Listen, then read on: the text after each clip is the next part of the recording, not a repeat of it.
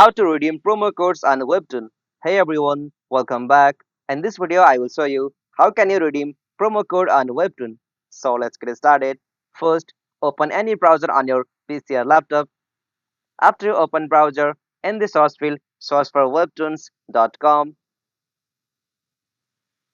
After you search it, make sure that on the section Webtoon, you have logged in with your account. After you logged in with your account, you will get this type of interface from your at the top right corner.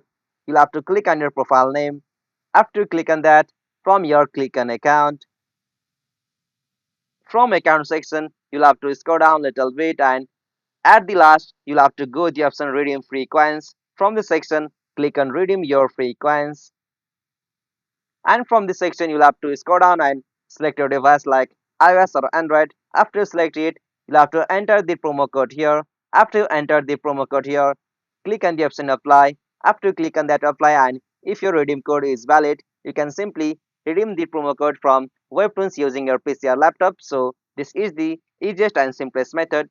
Hope you found this video helpful to you, and please don't forget to give a like and subscribe to our YouTube channel for more quick and short tutorial like this. Thank you for watching this. Have a nice day.